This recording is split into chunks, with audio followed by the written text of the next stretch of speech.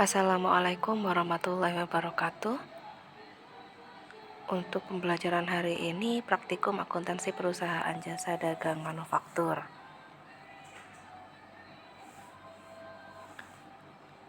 Kompetensi dasar yang akan kita pelajari yaitu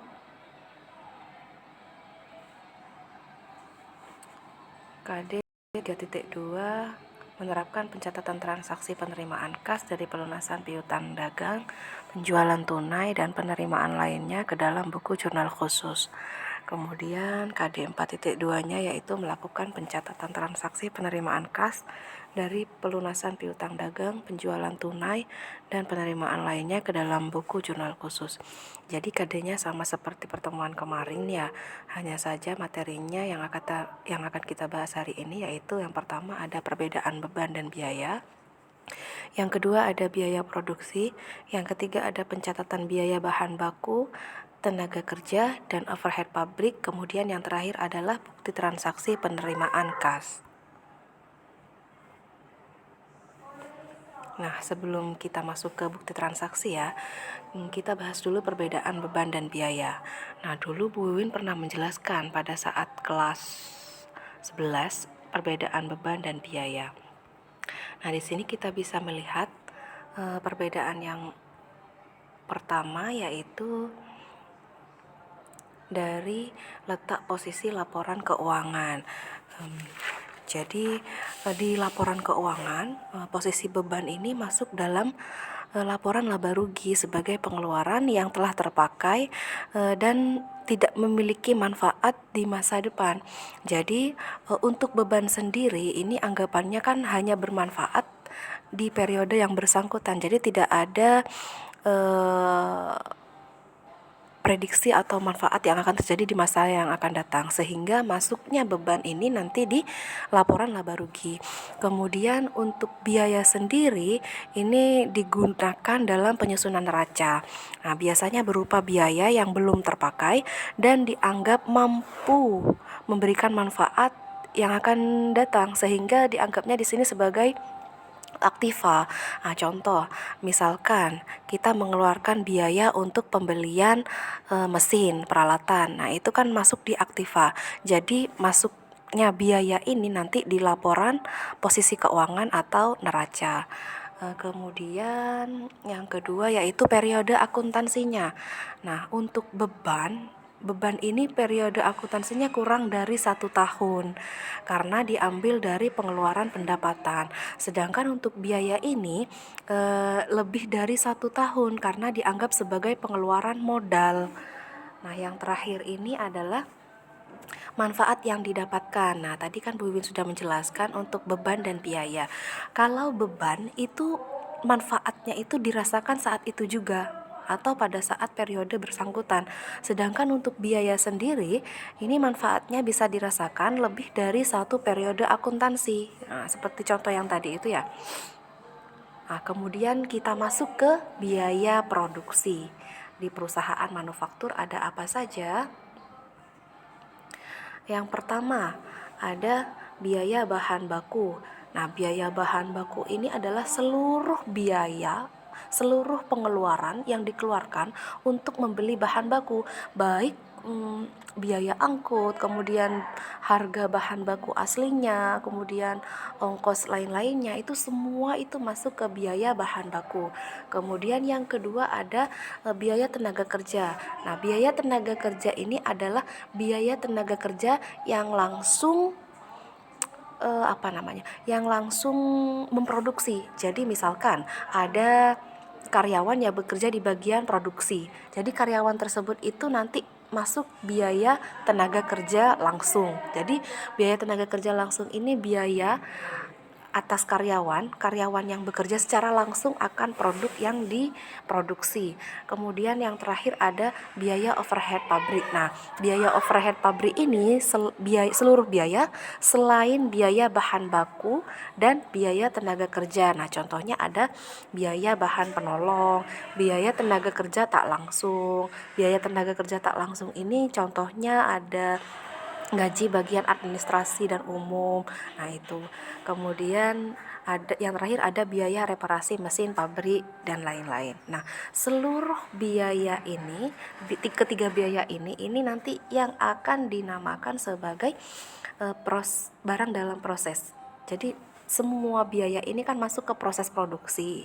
Nah, setelah diproduksi itu nanti barangnya namanya adalah barang dalam proses.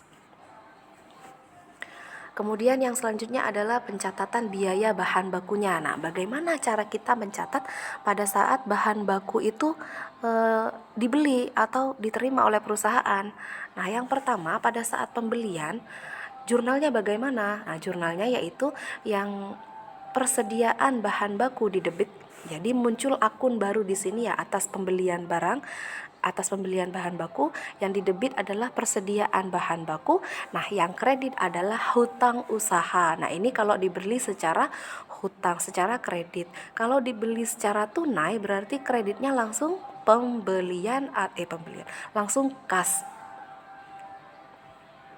Kemudian yang kedua, pada saat bahan baku tersebut dipakai, nah pada saat pemakaian, bagaimana jurnalnya? Nah, di sini muncul akun baru namanya barang dalam proses, biaya bahan baku ini di debit, kemudian yang kita keluarkan adalah persediaan bahan baku di kredit.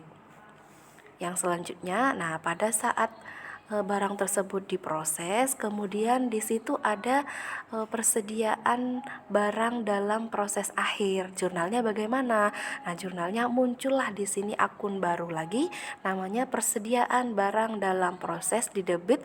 Kemudian yang kredit adalah barang dalam proses strip biaya bahan baku di kredit. Nah, jadi yang tadi akun barang dalam proses biaya bahan baku pada saat pemakaian di debit, nah ini pindah ke kredit pada saat barang dalam proses akhir. Kemudian, nah setelah selesai, misalkan satu periode selesai, akhir bulan sudah tutup, kemudian kita kembali lagi ke barang dalam proses awal. Jadi barang dalam proses akhir di periode selanjutnya akan menjadi barang dalam proses awal. Jurnalnya bagaimana? Jurnalnya itu barang dalam proses, biaya bahan baku di debit. Nah, yang kredit persediaan barang dalam proses. Yang selanjutnya adalah pencatatan biaya tenaga kerja. Nah, pada saat kita merekap yang namanya upah dan gaji karyawan. Jurnalnya bagaimana? Nah, jurnalnya ini. Yang pertama ada barang dalam proses, biaya tenaga kerja di debit, kemudian ada biaya overhead pabrik di debit, kemudian biaya administrasi umum debit, biaya pemasaran debit. Nah, kreditnya ini adalah gaji dan upah. Jadi nanti muncul yang namanya gaji karyawan di sini ya. Yang selanjutnya, nah pada saat perhitungan PPh.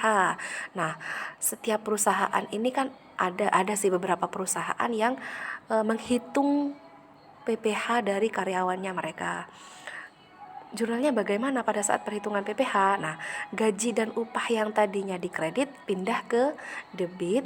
Kemudian yang dikredit adalah utang PPh karyawan dan utang gaji dan upah. Jadi kalau misalkan perhitungan PPh ini ya, gaji dan upah yang dikredit ini kan ngambilnya tadi dari rekapitulasi upah dan gaji yang dikredit.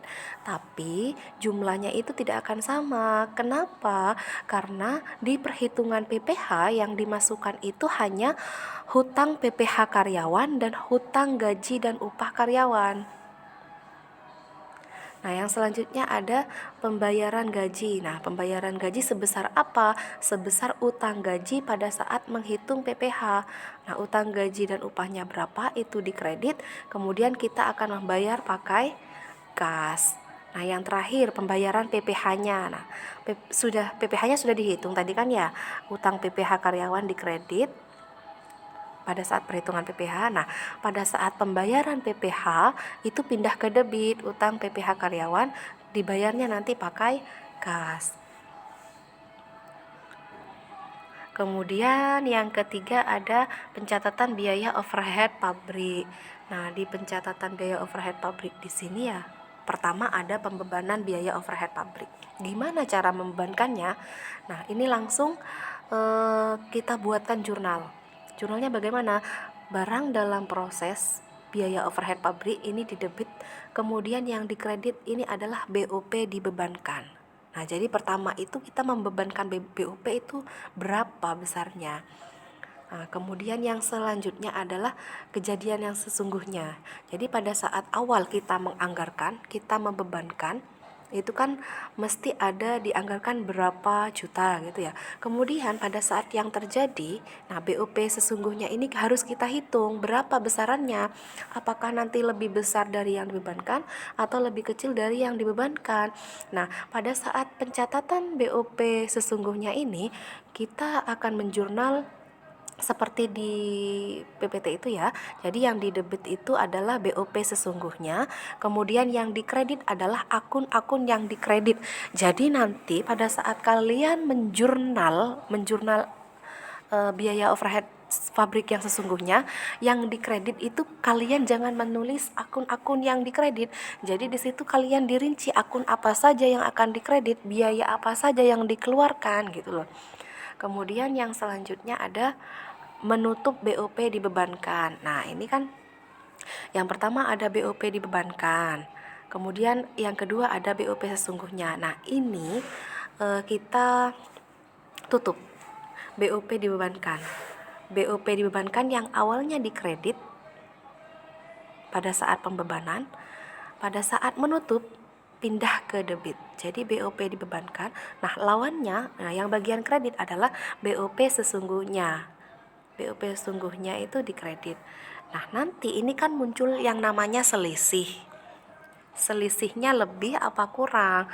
Nah, yang dibebankan ini lebih apa kurang? Nah, ini kalau misalkan selisihnya lebih, ini selisih BOP di debit, HPP-nya di kredit. Sebaliknya nanti kalau selisihnya kurang, nanti selisihnya di kredit, HPP-nya di sisi debit. Nah, kita masuk ke bukti transaksi penerimaan kas. Nah, ini adalah KD yang akan kita pelajari hari ini ya. Bukti transaksi khusus penerimaan kas. Jadi penerimaan kas itu ada apa saja? Nah, ada yang pertama penjualan tunai. Kemudian yang kedua ada pelunasan piutang dagang. Kemudian yang terakhir adalah bukti penerimaan lainnya. Nah, kita bahas satu persatu ya. Ini yang pertama adalah penjualan tunai. Nah, contohnya itu CV Roti Jaya itu menjual secara tunai. Namanya nota kontan ya. Tanggal dikirimnya 6 Desember 2018. Kemudian syarat pembayarannya itu ada cash, ada nomornya di situ ya. Sebelum di atasnya tanggal ada nomor NK12-1. Apa yang dijual di situ? Yang dijual adalah roti tawar, harganya 99.000, jumlah totalnya 99.000. Jasa pengirimannya tidak ada ya. Nah, cara kita merekap nota kontan ke bukti penerimaan kas itu bagaimana? Nah, di sini kan ada jurnal penerimaan kas. Nah, bagaimana cara mengisinya? Nah, cara mengisinya jangan lupa tanggalnya diisi terlebih dahulu ya. Desember 2018 tanggal 6. Nomor buktinya tinggal direkap NK12-1. Nah, keterangan di sini adalah kontan. Kenapa kontan? Karena tadi menjual secara tunai.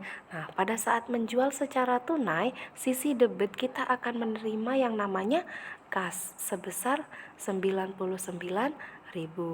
Nah, nomor akunnya ini biasanya sudah ada sendiri di perusahaan, sudah ditentukan sendiri.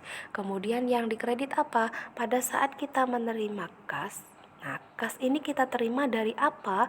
Nah, nama akunnya penjualan. Jadi kas kita terima dari penjualan, jumlahnya sebesar 99.000.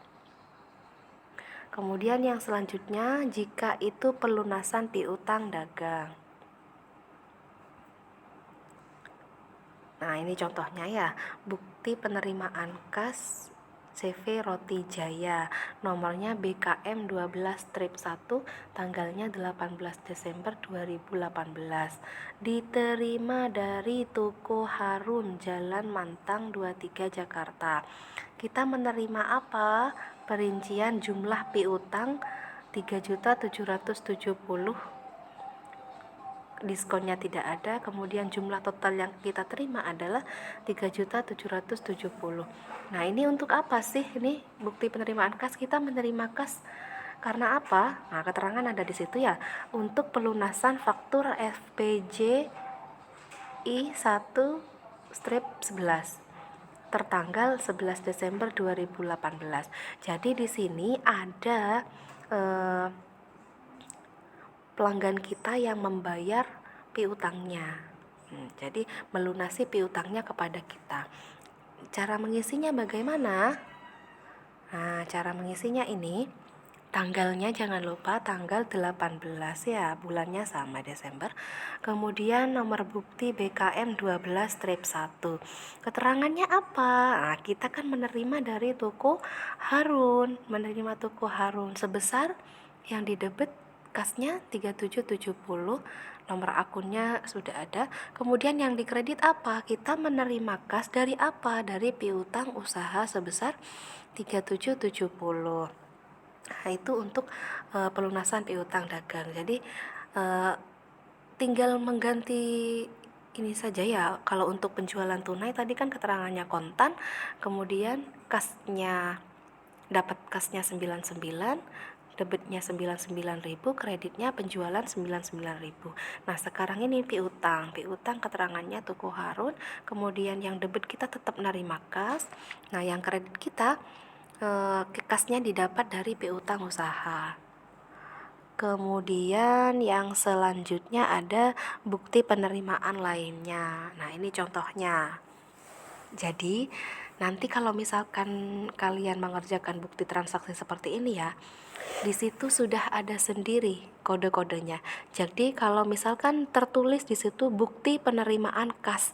Nah, jadi ini masuknya ke jurnal penerimaan kas. Nah, ini penerimaan apa? Penerimaan CV Roti Jaya menerima dari panen Elex, Jalan Boulevard nomor 49 Jakarta. Kemudian jangan lupa ya nomor bukti transaksinya BKM 12-5, tanggalnya 20 Desember 2018. Nah, kita CV Roti Jaya ini menerima dari siapa? Panen Elex. Nah, perinciannya berapa? 1 juta. Nah, keterangannya apa? 1 juta ini dari piutang sebesar 1 juta yang telah dihapus dalam bulan Oktober 2018 atas nama pelanggan panen, ternyata dapat dibayar kembali per tanggal tersebut. Jadi ini ceritanya ya, ada pelanggan kita yang telah dihapuskan piutangnya. Nah, ternyata pada tanggal 20 Desember ini dia bisa membayar kembali piutangnya. Nah, jurnalnya bagaimana? Nah, jurnalnya itu ya tanggal 20, nomor buktinya BKM 12-5, 5, keterangannya ada dari siapa di situ? Dari panen Elex. Kemudian debitnya apa? Kas, kita menerima kas sebesar 1 juta. Kemudian nomor akunnya itu sudah ada ya. Kemudian 1 juta ini kas diterima dari apa yang kredit? Cadangan kerugian piutang. Jadi cadangan kerugian piutang yang tidak tertagih di bulan-bulan kemarin itu jumlahnya sebesar 1 juta. Jadi untuk penerimaan kas ini ya, sisi debit ini otomatis sudah kas karena pada saat kita menerima kas masuknya ke jurnal penerimaan kas. Nah, yang tadi itu kan jurnal penerimaan kas itu transaksinya apa saja, mulai dari penjualan tunai, kemudian pelunasan piutang dagang, kemudian ada penerimaan lainnya. Nah, salah satunya di sini penerimaan dari penghapusan piutang yang tidak tertagih. Nah, sekian dari Bu Wiwin. Jika ada yang bertanya silakan langsung bertanya via grup WA ya. Jadi langsung ditanyakan saja apa yang tidak bisa ya. Bu Wiwin akhiri. Assalamualaikum warahmatullahi wabarakatuh.